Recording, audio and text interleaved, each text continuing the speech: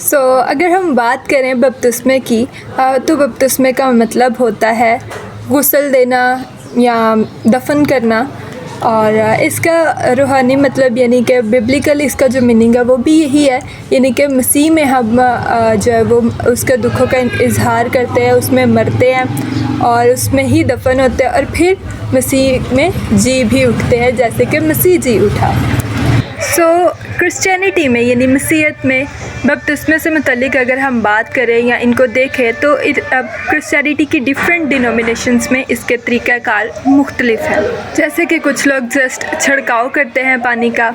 कुछ लोग जो है वो जस्ट उनको जो बच्चों को बपतिस्मा देते हैं, और कुछ लोग जो हैं जब लोग बालिग हो जाते हैं, बड़े हो जाते हैं और अपने गुनाहों का इकरार करते हैं, देन फिर वो बपतिस्मे की तरफ आते हैं। मैं किसी डिनोमिनेशन की मुखालफत नहीं कर रही, मैं किसी को गलत नहीं बोलूँगी,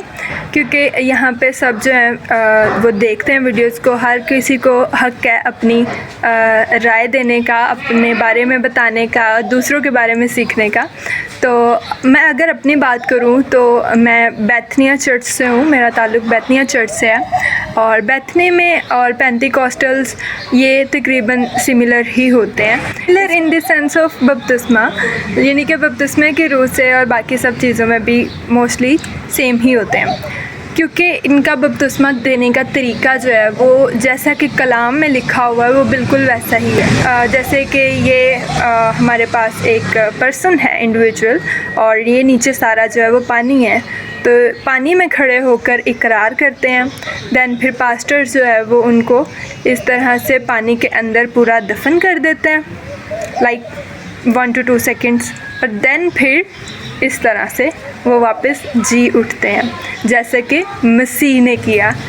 ये तो हम लोगों ने देख लिया कि बपतिस्मा क्या होता है और कैसे होता है, लेकिन अभी मैं आपको बताना चाहूँगी कि बपतिस्मे का फ़ंक्शन क्या है, बपतिस्मे की इम्पोर्टेंस क्या है, बपतिस्मा आखिर करता क्या और ये क्यों ज़रूरी है।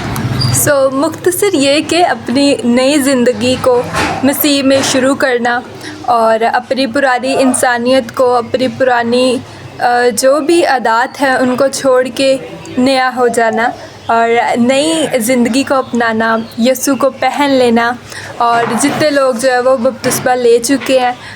उनको बहुत बहुत मुबारक हो कि वो मसीह के बेटे और बेटियां बन चुके, क्योंकि